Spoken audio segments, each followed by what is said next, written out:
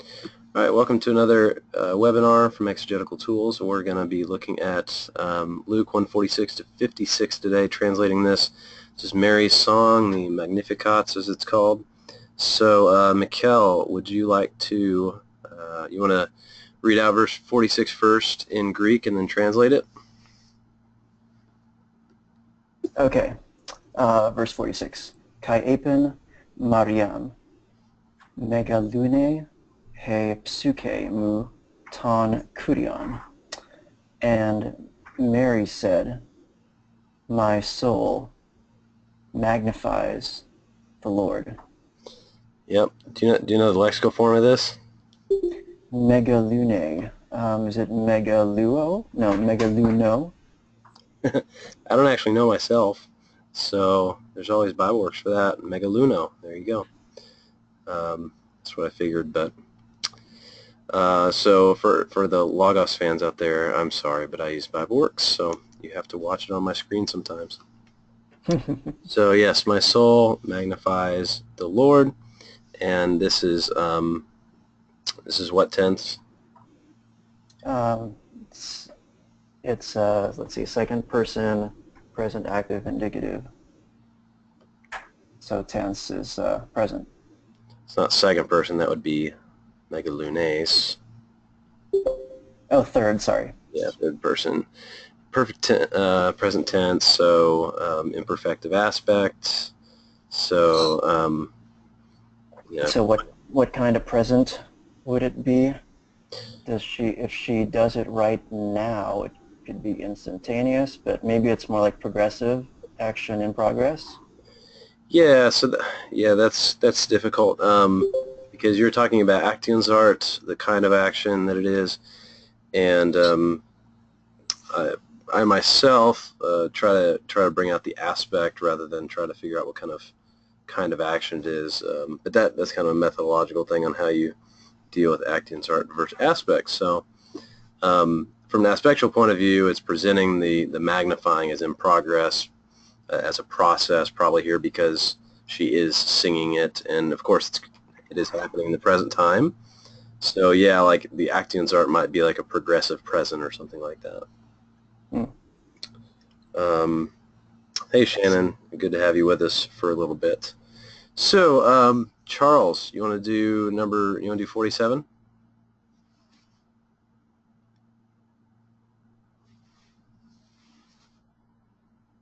Charles, you there? Yes, I'm here. You want to do 47? Yes. Kai agalasin ta pneuma mu epi to theu to soteri mu. And let's see. And let's see, that's proclaimed, I think. The spirit within me It's not proclaimed. announced. Or Wait. Agaliao is to rejoice. Okay.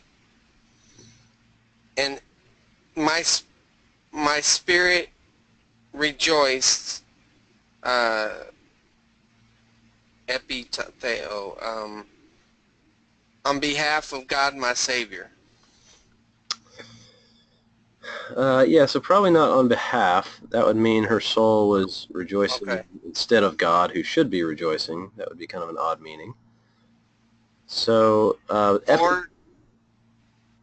what's kind of the just look at the context. What's kind of the natural meaning that epi would have there, based on what the verse is saying? In? Yeah, like my spirit rejoices in God or upon God or. Mm-hmm. Hey Bobby, yeah, no problem. You can always type and ask any questions. So the display, this is Microsoft OneNote is what I'm using. It's a very free-form program, and it allows you to organize things in pages and tabs and things like that. And then the webinar software is just something online. There's different webinar services. And Bobby, if you have any comments, you can feel free to type at any time and ask questions, and I'll try to read them out and make sure we get to them. So no problem. Great. So my soul rejoices. Yeah. So epi has a pretty broad semantic range, and sometimes it's used in ways that, at least from my experience, you look and you say like none of the definitions I learned on my vocab card make sense here. So sometimes you just have to go contextually with what it's very clearly saying, which in this case is my soul rejoices in God, my Savior. At least rejoice in is how we say it in English. So what is, Charles, what is the function of this? Okay, let's see. Let's see, the God, my Savior. So, well, I see both have the article, and so it's clarifying, it's modifying God, and so you could say the Savior God, my Savior God, couldn't you? I mean, if you wanted to, would that work? It's probably not the best option because Right. soteri is a noun, right? Mhm. Right. Soter, meaning Savior. So since it's a noun, it's not really going to act adjectively. Like this is not a second attributed position because Okay. this is a noun, not an adjective. Right. Right. So there's something else if you have two nouns in the same case right next to each other. They're in apposition. Yeah, they're in apposition. Good. Mhm. So that's how you translated it too. So you knew it's rejoice in God, my God, comma, my Savior. Right, Bobby says that's appositional. Correct. Now one other question here is what is going on here? Can you parse that, Charles? I'll try. I see the beginning of it. Looks like there's an augment there, or so I would say that it's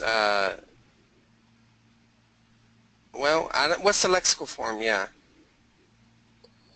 Um, Well. let me make sure. Okay. Let me make sure I spelled that right. Well, it doesn't. Uh-huh. I would say that it's and I was rejoicing. Imperfect. It's not imperfect. It's not. I'm not doing very good today. That's all right. Look at that sigma.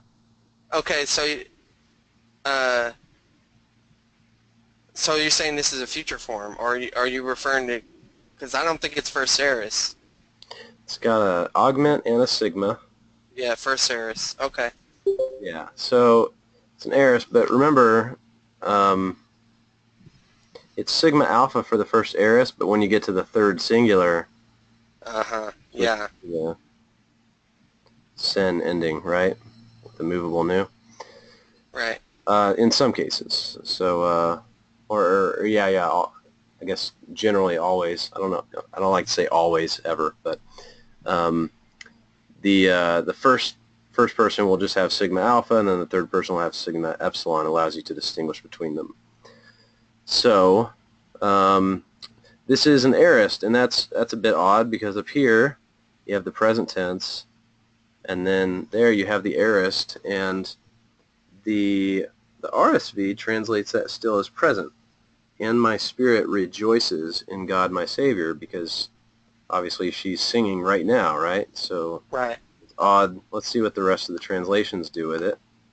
My spirit rejoices. My spirit has rejoiced. So if you turn it into a perfect tense, you can still have the rejoicing come up to the present time. Mm-hmm. My spirit rejoices in IV, has begun to rejoice.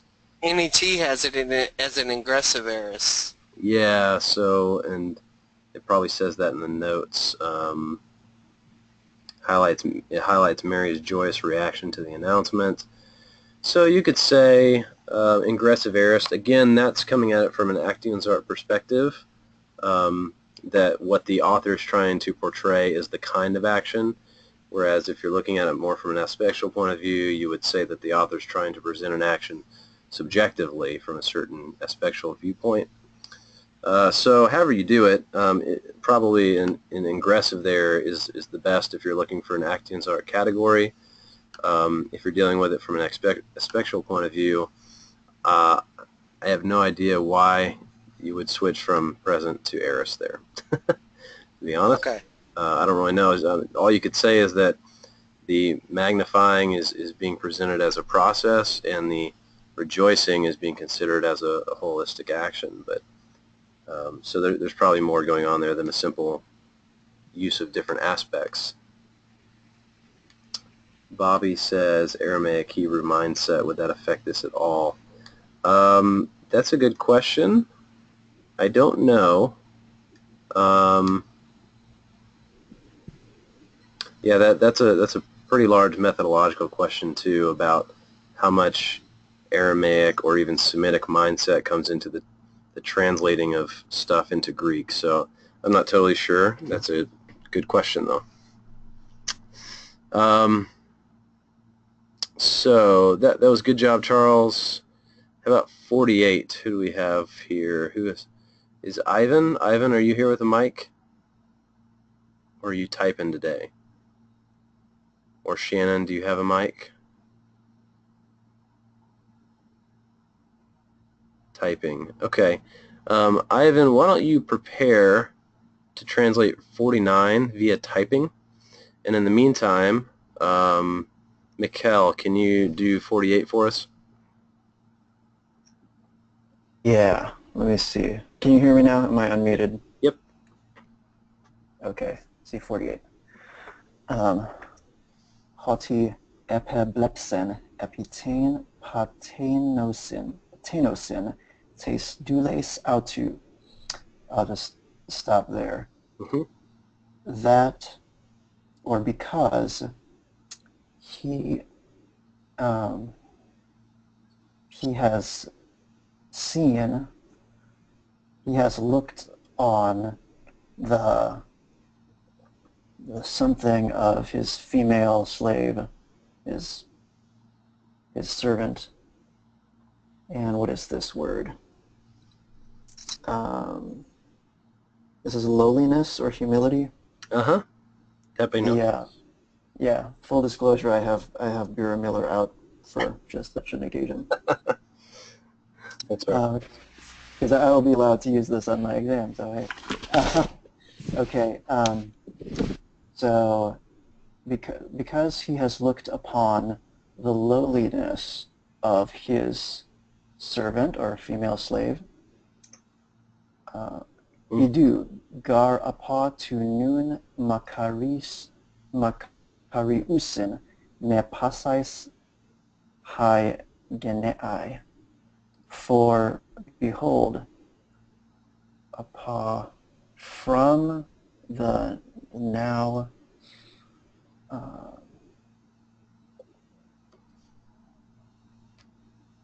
all, okay, so let me look for the nominative here. There's hai genai, this pasai hai genai, all generations.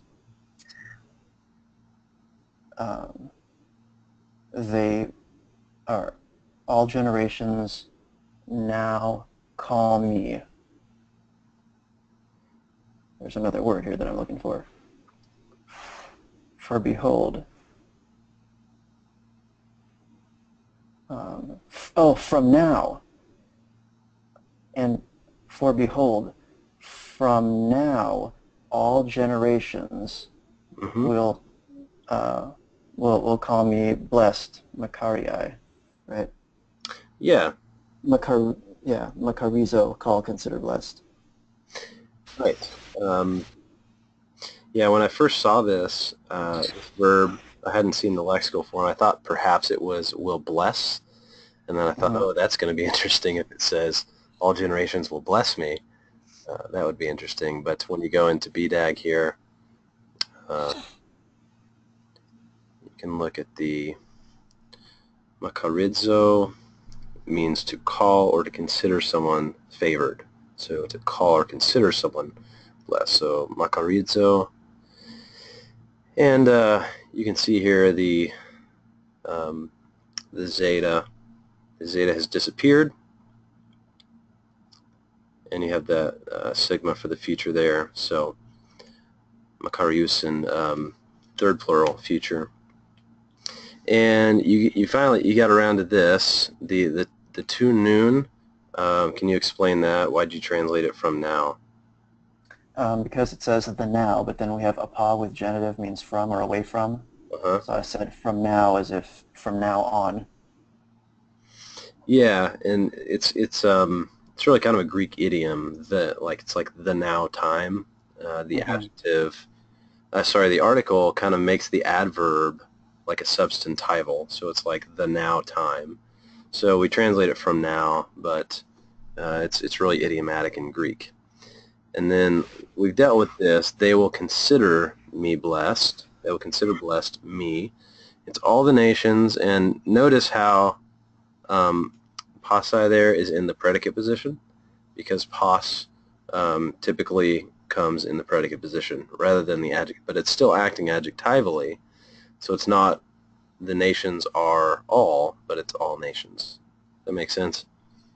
Mm-hmm. Mm-hmm. The attributive position would be hi posse genei, but pos comes in the predicate position instead. Epiblepo, here's morphological points. Can you parse that? Let's see.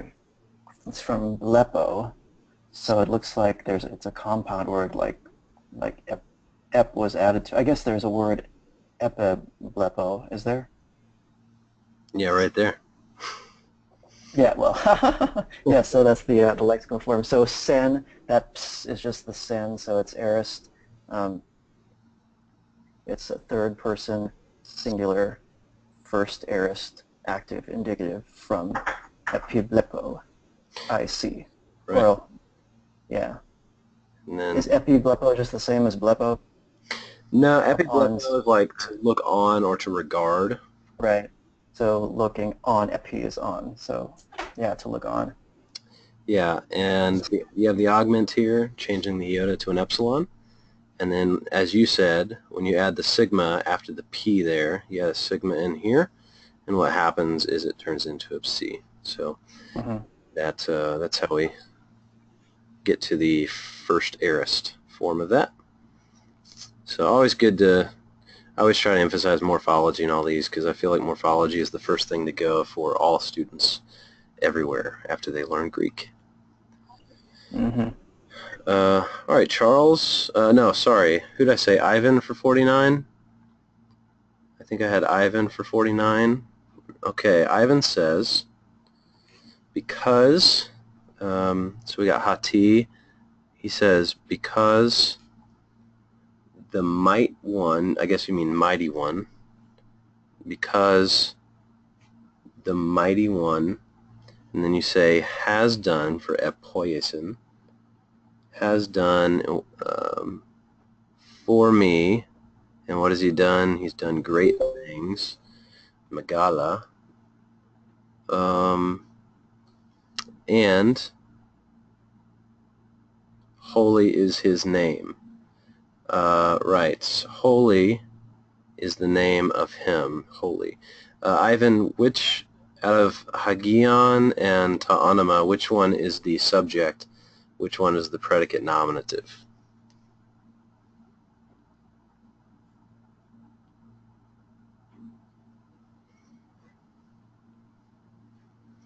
Anima is the subject. Right. Anybody? Anybody can tell me why it's the subject? It has the article. Right.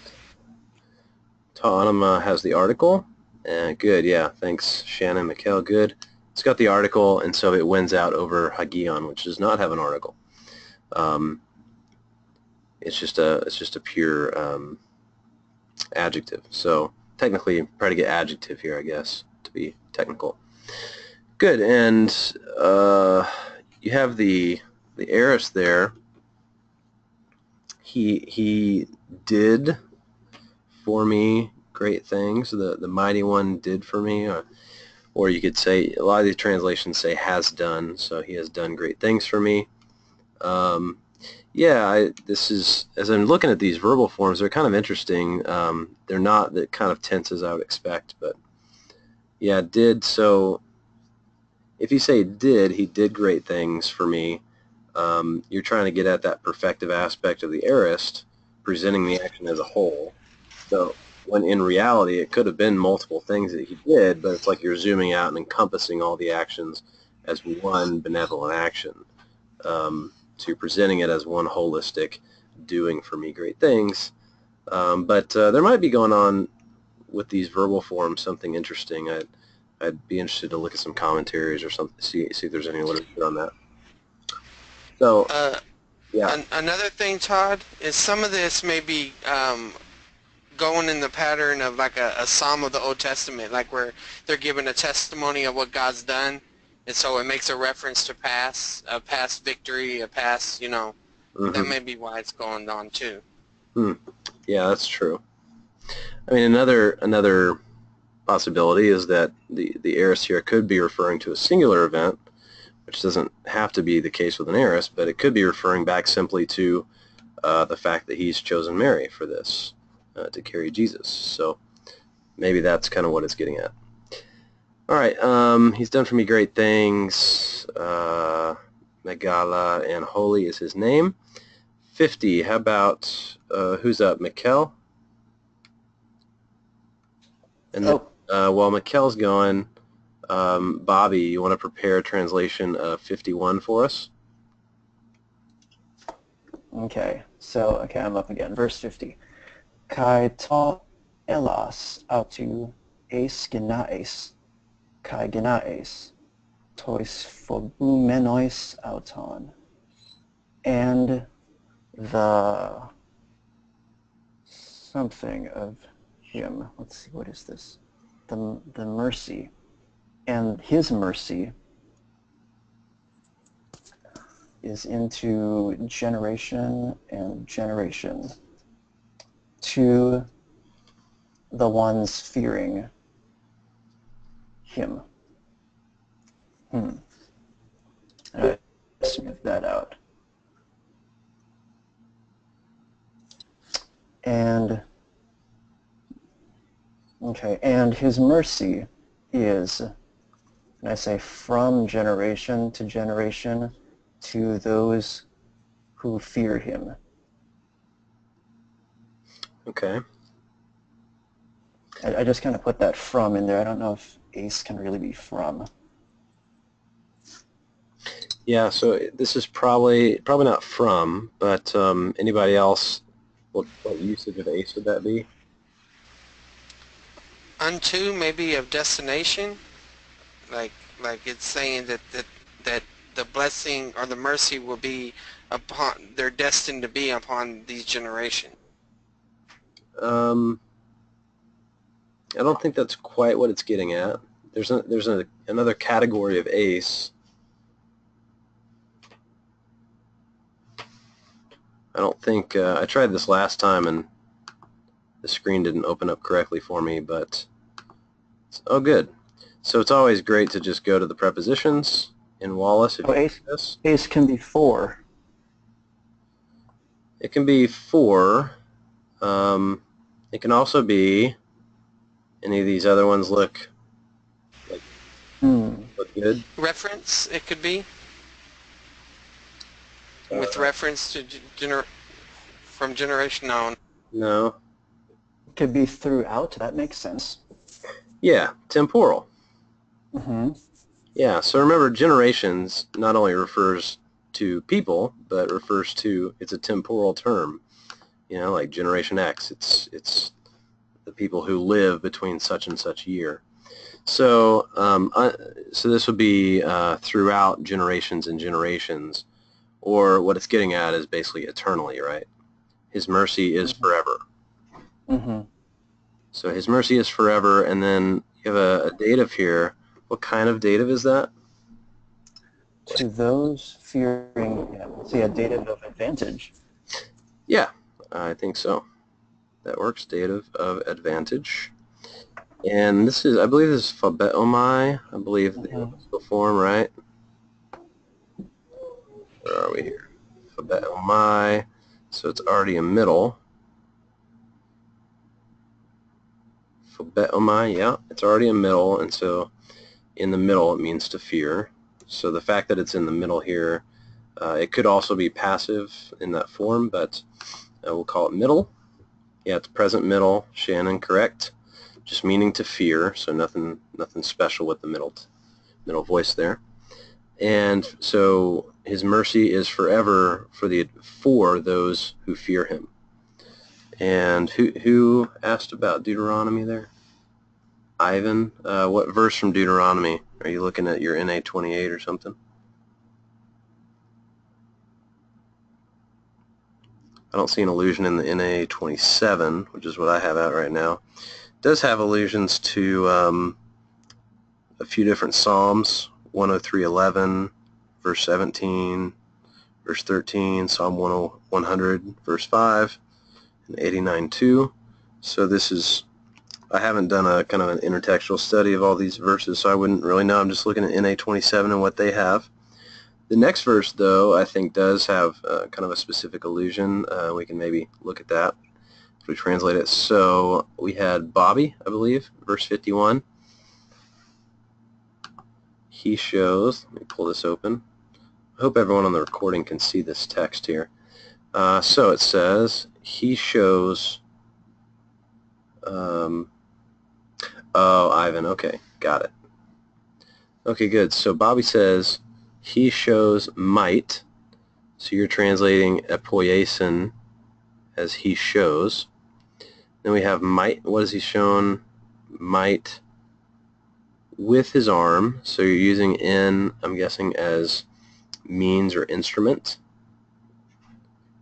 The NA 5th edition, Shannon. Do you mean the UBS 5th edition? Because the NA is in its 28th edition, unless you're making a joke. Yeah, UBS 5 is the newest, and then NA 28 is the newest NA version, Nestle Aland. So he said with, in the chat here, with his arm. Yeah, with his arm. Good translation. He shows might with his arm, and then he scatters the proud, which is anarthrous, which is interesting. The proud, he said, by the understanding of their hearts. So you have of their hearts, that's correct. Of the hearts of them, so of the hearts of them. And then you said by, so you're taking this as a dative of means, is that correct? Dative of means, okay. Does that make sense? He scatters the proud by the It's understanding. manner, I think. Manner. What are the datives modifying? The dative dianoia.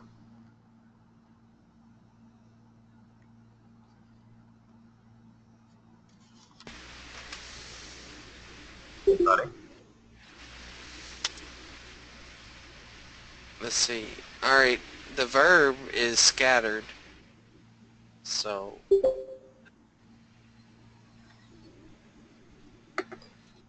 It could also be completing the verb. Yeah, it's possible. So here's another fun tool. If you've never used this in Bible work, you can go to resources and go to resources. You go down here and you can do Lee's New Testament diagram and see what all he has done here.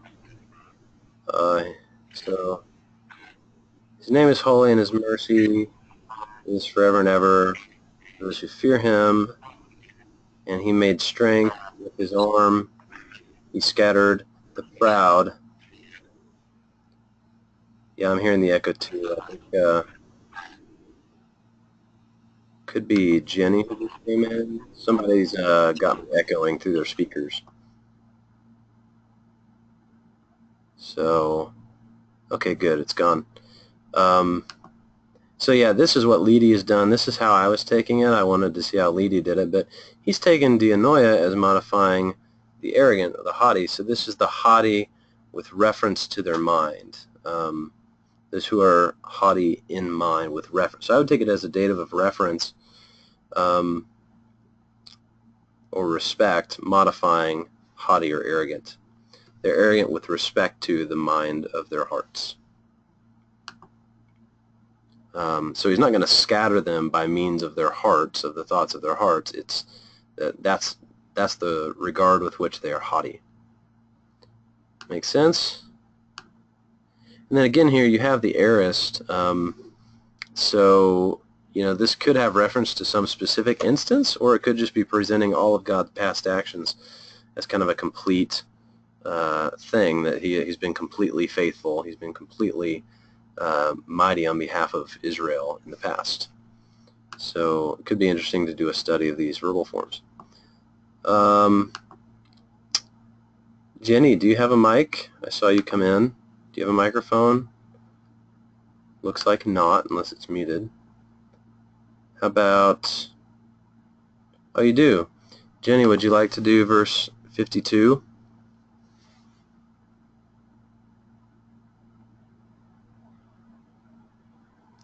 Have all the verbs been in the aorist since the initial present? Yes, Bobby. Yeah, all the explicit verbs have been. Yeah. They've all been in the aorist. Oh, yeah, that's fine, Jenny. Charles, you want to do 52? Yeah. Okay. Kathalin Dunastas Apatronon Kai Huf Osten Ta Penus. Okay.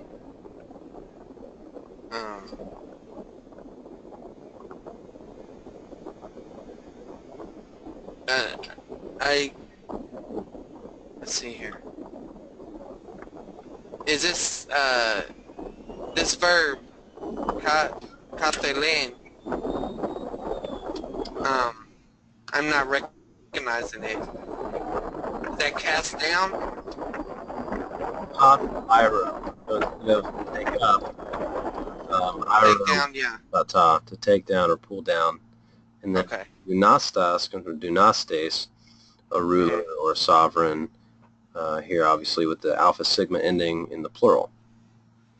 Yeah. So it's from his enemies.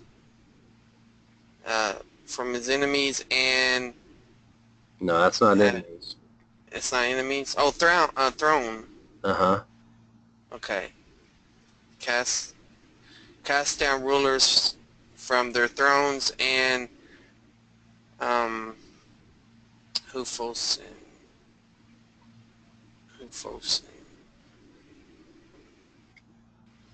I'm not recognizing that either. Hupsa'o? Yeah, I'm not recognizing it. Sorry. To lift up, to raise up, to exalt. Okay, to exalt. Okay, and then that's the humble, right? Yeah. Yeah. Uh-huh. Okay. Yep. So this is the rulers will be brought down, and the humble will be brought up. It's kind of a big part of the theme throughout Luke's writings that you see that the mighty will be brought down and vice versa, this kind of reversal theme that he has going on throughout. And actually on the last verse there are a ton of allusions throughout this whole song here. If you just look at the NA27, you can see lots of allusions. I wanted to see if there was one specifically. I know Hannah's praise, that has a lot in there. So here's Exodus 6:6. I will deliver you from slavery, and I will redeem you with an outstretched arm. So with a raised arm right here in the Septuagint, and great acts of judgment. And I thought kratos was in here as well. If you look at, I guess I need BGM. Is it not in Exodus? Okay, I guess it doesn't show up in Exodus.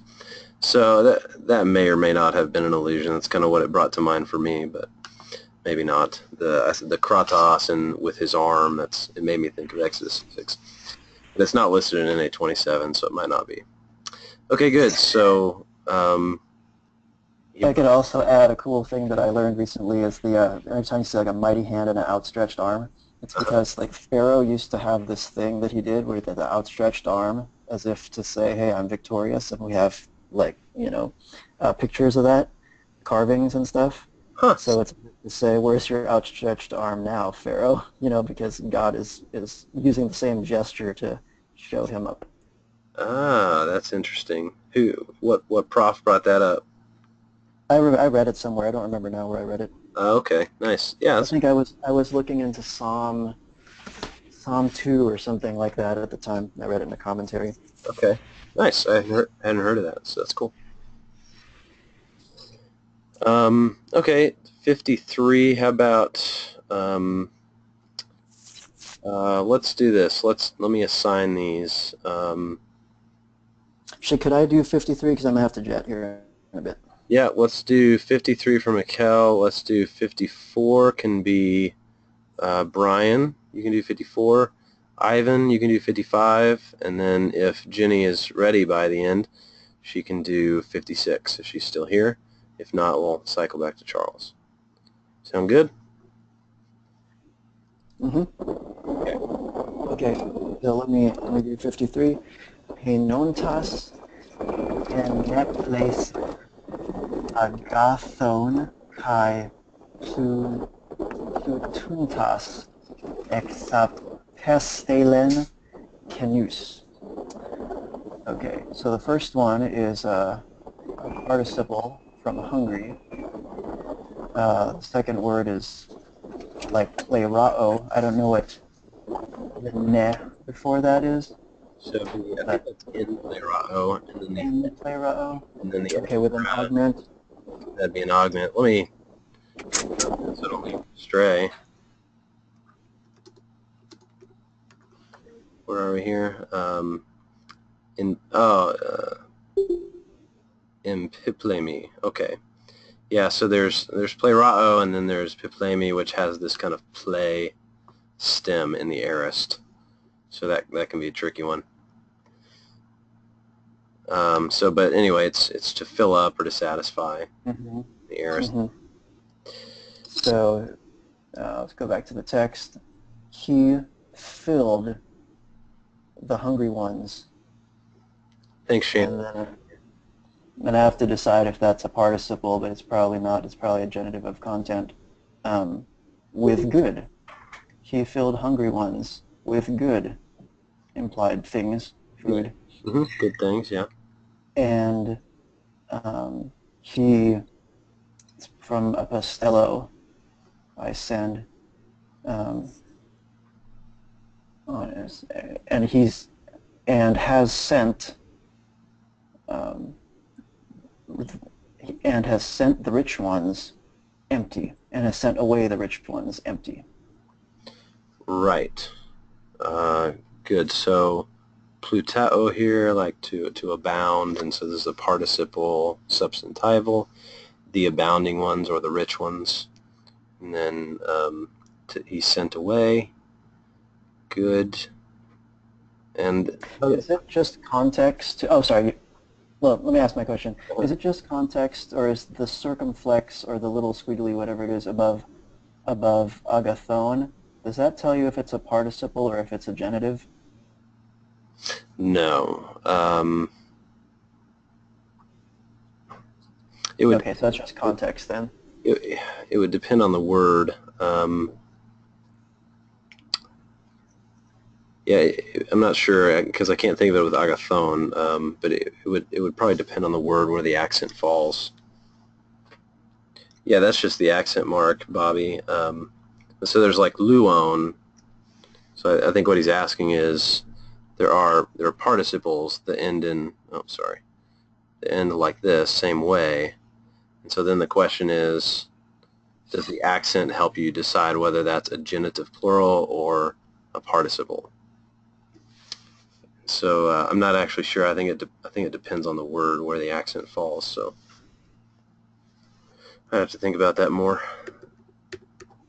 Okay. So good translation. And then what is kenus? How is that behaving?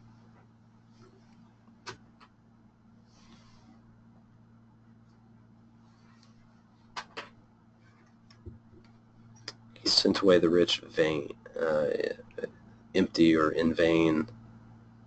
What kind of, it's accusative with the us ending there, so what kind of accusative is it?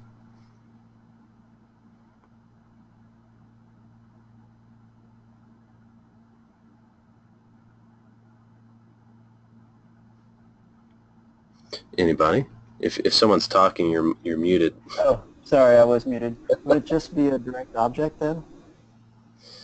No, because Plutuntas is the direct object. It's right here. He sent away the rich. So you have two accusatives. So it is a double accusative. Is it person thing? Right, Is so it double accusative person thing? Because the rich people are people, and then empty is kind of a thing, I guess. yeah, or it's kind of a predicate. You have person thing, and then you have object complement. Right. And so it could be a sort of an object complement, like he sent the rich away, vain, kind of like you paint the house red, and what you're really saying is you paint the house to be red. And this might be a similar thing. He sent the rich away to be vain or empty. Okay. So it could be that. It could also be some sort of adverbial. Bobby said, could it be adverbial? It's possible. It could be some sort of adverbial construction. I hadn't quite thought of that possibility, so that's possible too, I suppose. What effect does it have that it is a participle? Well, in this case, it's only Plutuntas is the participle, and it's acting substantively to refer to the people, so it doesn't really have any effect on anything except itself, really. It's acting just like a noun would. So you might translate it as those who are abounding or those who are rich. Right. So the only aspectual significance is within itself, how it's portraying the rich. So it's portraying their abounding as a sort of process, if that's even really as much in play with a substantival participle. Yeah, so it doesn't really have any effect on the rest of the sentence. Okay, we have three more. Let's see, who is... I'm going to have to go. All right, Mikkel, thanks for participating. See you next week. 54, who had that one? Is it Bobby or Ivan?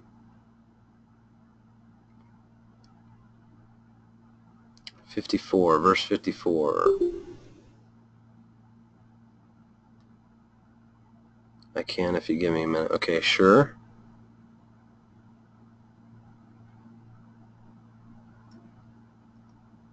This one's actually tough.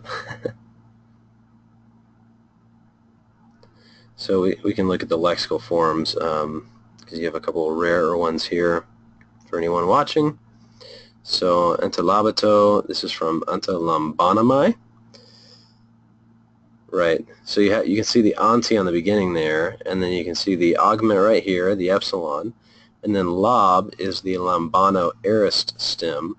What I wouldn't have known is that this is lambanamai. It's middle in the lexical form. I didn't know that. I would have said antelambano.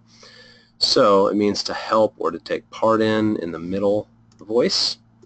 Let's see if there's anything else of substance over here. To take part, to come, devote oneself to. So probably to take part or to help, to come to aid of.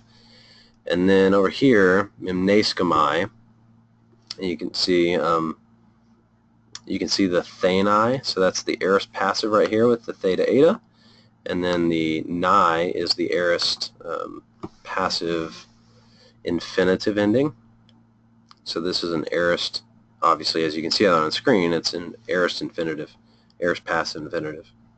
And then here, aleos, the merciful, mercy or compassion.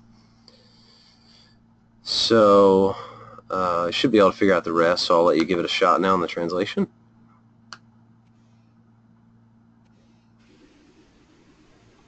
He helped his child Israel, remembering his mercy. Okay. So right, he helped Israel, comma, and so then we have apposition here. He helped Israel, comma, and probably actually servant is a better translation here. So this is probably a reference to the servant songs of Isaiah. Like, for example, what is it, 42:1, I believe? Behold my servant, whom I uphold, my chosen, in whom my soul delights. And here you can see it's pais or paidos in the genitive. So this is direct allusion to the servant passage. Somebody's got a little static there. Might be Charles, maybe. Let's see. Yeah, it was Charles. So you can just don't forget to unmute when you try to talk. Good. So he helped Israel, his servant, referring back to the servant songs. And then he said, remembering or to remember his mercy. So eleus, that's going to be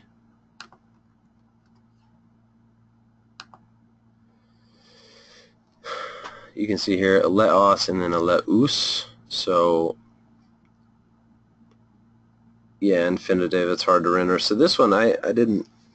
I should have looked something up beforehand on this one. This is the one clause I was having trouble with. You have the infinitive and then you have a genitive right after it. So remembering mercy. So in remembrance of his mercy. Oh, so maybe Neskamai just takes the genitive for an object. With genitive of thing. Okay, there it is. That's why. So Memneskamai takes a genitive as its object. So to remember in order that mercy might be remembered, possibly.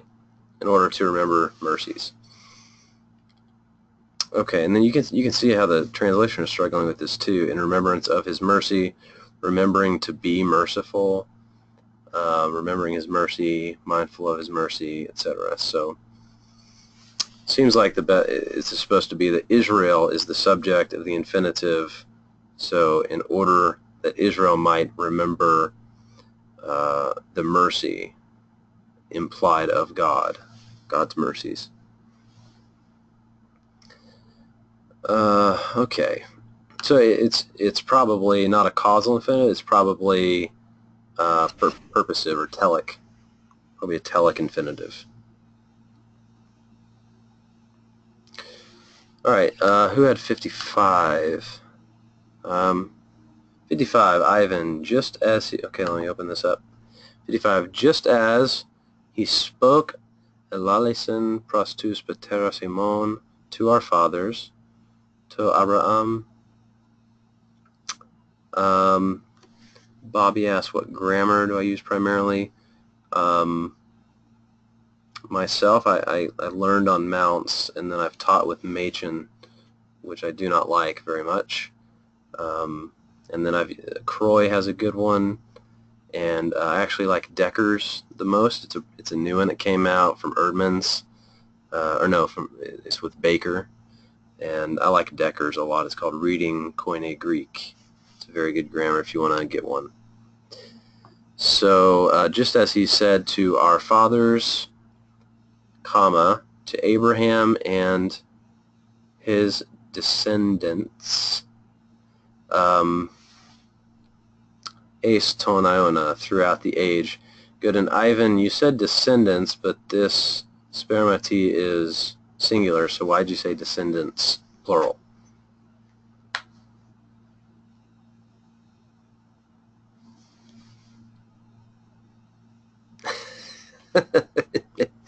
Made sense. Yeah, so there's a better translation for spermati than descendants. I thought maybe you were just giving it an idiomatic translation. Anybody, what is sperma? What does sperma mean? It could be seed or offspring. Yeah, so seed. So if you translate this as seed, it's to Abraham and his seed. which then his seed refers to all of his offspring. So then you could say descendants if you're being interpretive with it, right? So I was trying to see if that's why you did it. Good. So laleo here. Here's a typical first aorist. That's what I was thinking. Sure. So with laleo, we've seen a lot of aorists here. So you put the augment before it, and then you do the stem, and then you have this epsilon here. And so whenever you put that epsilon and then put a sigma and then the ending, the third singular ending, when you put this sigma in front of the contract vowel lengthens. So you get lalesen. So that's how you get to this form. And then remember pateros, remember that's a weird one. The stem is actually was it patre? It's just, I think that's the actual stem. And then the lexical form is pater. So anyway, pater, father, it has a strange declension, and it's one that's good to look up in your grammar every now and then and look at how it changes. Out of 11 verbs in this section, 10 are aorist. Yeah. Like I said, it'd probably be, there might be something to all the aorists. I'm not sure what the point of all that is. I'm not sure if there's any significance at all. But a lot of these, I mean, the only thought I have is that a lot of these verbs are, there's so many allusions to the Old Testament here. So this could possibly be a reference to the Exodus. The scattering, the haughty, that could refer to, I don't know, the Canaanites. I mean, there's so many possibilities for what these things could refer to. So since this language is all drawn so heavily from the OT, then the aorist might be referring back to these past actions as holistic events, and that would make sense. But then at the very beginning, these like this one threw me off. My spirit rejoiced in God, my Savior. So does that mean it rejoiced in the past when I was told this great news, or something else? I'm not sure. He looked on the humble. Let's see. Because he is regarded the humility of his servant. So does that mean when he chose Mary to be the mother of Jesus? Is that when this is referring to? I'm not sure what the significance is of all these aorists, but I have heard that some of the aorists are proleptic here, and because it's kind of like a foretaste, like it's the beginning of when Christ's incarnation, the beginning of the victory that's guaranteed to occur. Okay. That's possible too. You need to write an article on it, Charles. Okay, good. So we got this last one. Jenny, are you around for 56? You read it in Greek and translate? Yeah, I can do that. Am I coming through okay? Yep, you sound good. Okay. So 56 is Eminem de Mariam, Synasti, Osina Press, the Express Ferry, Easton and marrying remained with her about 3 months and returned to her home. Yeah, good. Was that modern Greek pronunciation there? Yeah. Do you have Campbell infecting you with modern Greek pronunciation? Did you have Campbell for yeah? Did you have Campbell for Greek?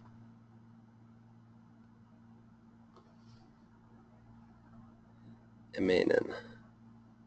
No, a lecturer from Cambridge. Oh wow. Okay.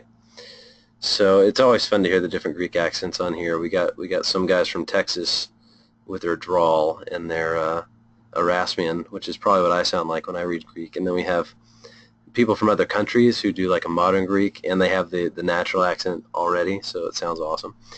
Okay, so yeah, so Mary remains, and this de here probably the discourse marker of moving forward, progression. Now Mary remained with her, Elizabeth, right?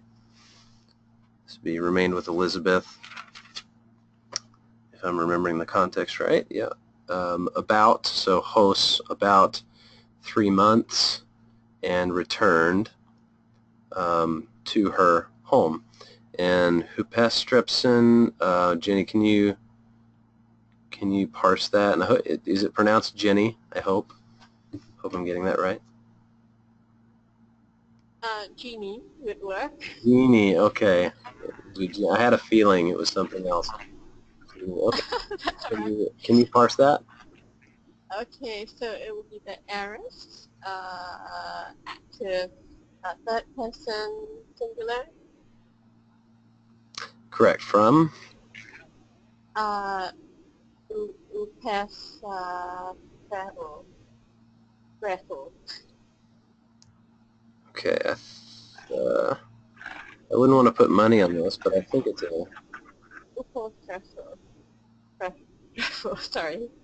streppo. Yeah. Yeah. And I always like to double check myself. Yeah, hupostrepho. Haha. So it's a streppo with a phi. Good. And then of course the same thing happens here with the phi and the sigma. Turns it into a psi like that. And the omicron turns into an epsilon as an augment. So typical first aorist again. So these are all aorists. Same thing over here.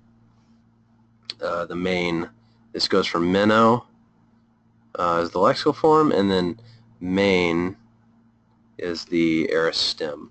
It gets the augments and the ending. So second aorist form there.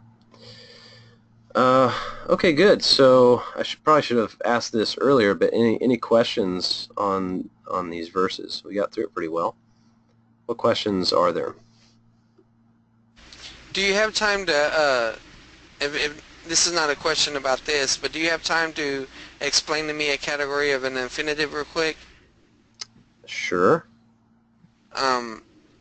You know, we're using D.A. Black, Learning New Testament Greek, and in it, where there's one called modifier, and then there's the complementary infinitive, and so I'm trying to figure out the what is this modifier one? I've never heard of this category, and so it almost sounds like a drip pan category, and I'm trying to figure out what it is. A modifier? Yeah, it's just called a modifier. But see what it is? It's underneath it's underneath the substantival infinitive, I think. Mm-hmm. I'm not sure. Yeah, this is Wallace's, Bobby, on Bible Works. It comes with it. I'm not totally sure, Charles. I've never used blacks, so I haven't seen that category before, and I'd probably have Okay. to use it. So maybe if you wanted, you could like take a picture of it with your phone and send it to me on Facebook All right. message, and then maybe I can help you out there. All right. Thanks. And yes, Bobby, this is incredibly helpful. Yeah. So any other questions on the text?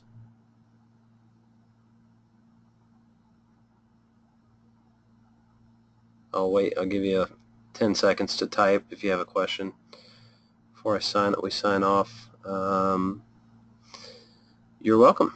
I'm glad you all could come. Good. Well, thanks for coming. And remember, has there been a study on the language of Mary?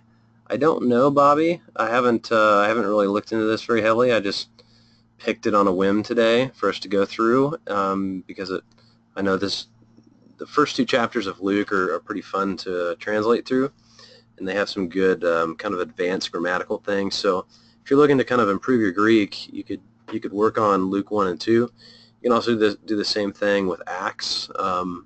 We actually have a series where William Varner goes through all of Acts 1. He does about 10 minutes per verse, and he walks through it just like we do here.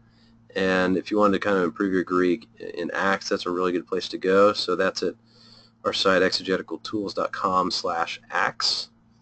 And then remember, we have the 4 other series as well, so you can go to exegeticaltools.com/shop, and you can check out all of our series there to buy if you want to have series with about 30 to 35 videos walking through entire books of the Bible, just like we've done here.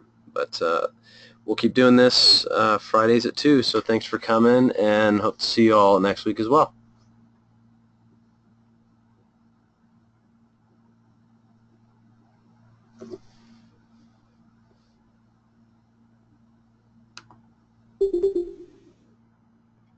You're welcome. Thanks for coming.